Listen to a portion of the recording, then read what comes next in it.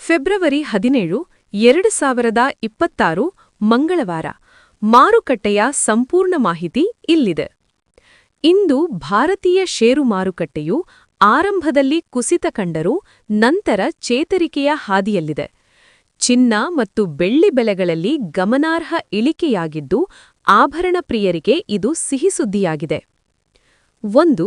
ಷೇರು ಮಾರುಕಟ್ಟೆ stock market.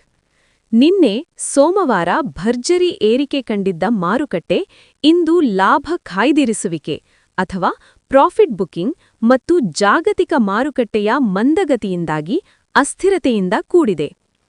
Sensex BFC Sensex ಬೆಳಿಗ್ಗೆ ವಹಿವಾಟಿನಲ್ಲಿ ಸುಮಾರು 83,000 ಮತ್ತು 83,300 ಮಟ್ಟದಲ್ಲಿ ಓಡಾಟ ನಡೆಸುತ್ತಿದೆ. ನಿಫ್ಟಿ ಎನ್ಎಸ್ಸಿ ನಿಫ್ಟಿ 50 ಸುಮಾರು 25,500 ಮತ್ತು 25,650 ಅಂಕಗಳ ಆಸುಪಾಸಿನಲ್ಲಿ ವಹಿವಾಟು ನಡೆಸುತ್ತಿದೆ.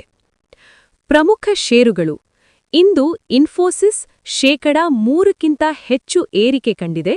ಐಟಿಸಿ, ಎಚ್ಸಿಎಲ್ ಟೆಕ್ ಕಂಪನಿಗಳು ಲಾಭದಲ್ಲಿವೆ, ಆದರೆ ರಿಲಯನ್ಸ್, ಟಾಟಾ ಸ್ಟೀಲ್ ಮತ್ತು ಕೆಲವು ಬ್ಯಾಂಕಿಂಗ್ ಷೇರುಗಳು ಒತ್ತಡದಲ್ಲಿವೆ.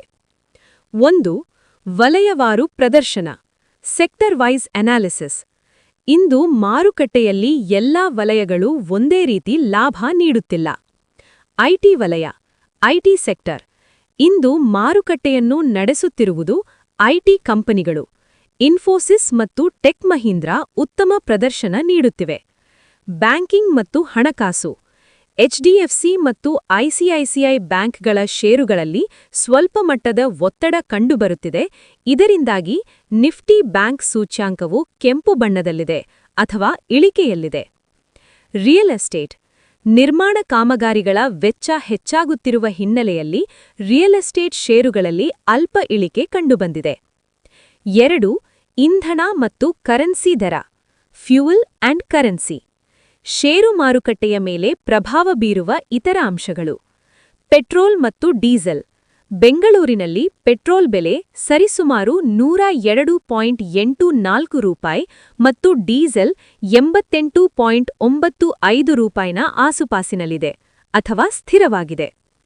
ಡಾಲರ್ ಎದುರು ರೂಪಾಯಿ ಮೌಲ್ಯ ಅಮೆರಿಕದ ಡಾಲರ್ ಎದುರು ಭಾರತೀಯ ರೂಪಾಯಿ ಮೌಲ್ಯವು ರೂಪಾಯಿ ಮೌಲ್ಯ ಕುಸಿದರೆ ಆಮದು ಮಾಡಿಕೊಳ್ಳುವ ವಸ್ತುಗಳ ಬೆಲೆ ಏರಿಕೆಯಾಗಬಹುದು. 3. ಹೂಡಿಕೆದಾರರು ಗಮನಿಸಬೇಕಾದ ಅಂಶಗಳು. ಮಾರುಕಟ್ಟೆಯ ಈ ಸ್ಥಿತಿಯಲ್ಲಿ ನೀವು ಈ ಕೆಳಗಿನವುಗಳನ್ನು ಗಮನಿಸಬಹುದು.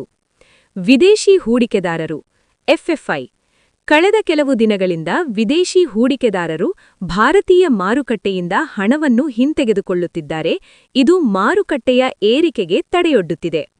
ಸ್ಮಾಲ್ ಕ್ಯಾಪ್ ಮತ್ತು ಮಿಡ್ ಕ್ಯಾಪ್ ಸಣ್ಣ ಮತ್ತು ಮಧ್ಯಮ ವರ್ಗದ ಕಂಪನಿಗಳ ಷೇರುಗಳಲ್ಲಿ ಇಂದು ಹೆಚ್ಚಿನ ಏರಿಳಿತ ಕಂಡುಬರುತ್ತಿದೆ. ಇಲ್ಲಿ ಲಾಭದ ಸಾಧ್ಯತೆ ಹೆಚ್ಚಿದ್ದರೂ ರಿಸ್ಕ್ ಕೂಡ ಜಾಸ್ತಿ ಇರುತ್ತದೆ. 4. ಮಾರುಕಟ್ಟೆಯ ಮುಂದಿನ ನಡೆ ತಜ್ಞರ ಪ್ರಕಾರ ಮಾರುಕಟ್ಟೆಯು ಸದ್ಯಕ್ಕೆ ಒಂದು ನಿರ್ದಿಷ್ಟ ಮಟ್ಟದಲ್ಲಿ ಅಥವಾ ರೇಂಜ್ ಬೌಂಡ್ ಓಡಾಟ ನಡೆಸುವ ಸಾಧ್ಯತೆಯಿದೆ.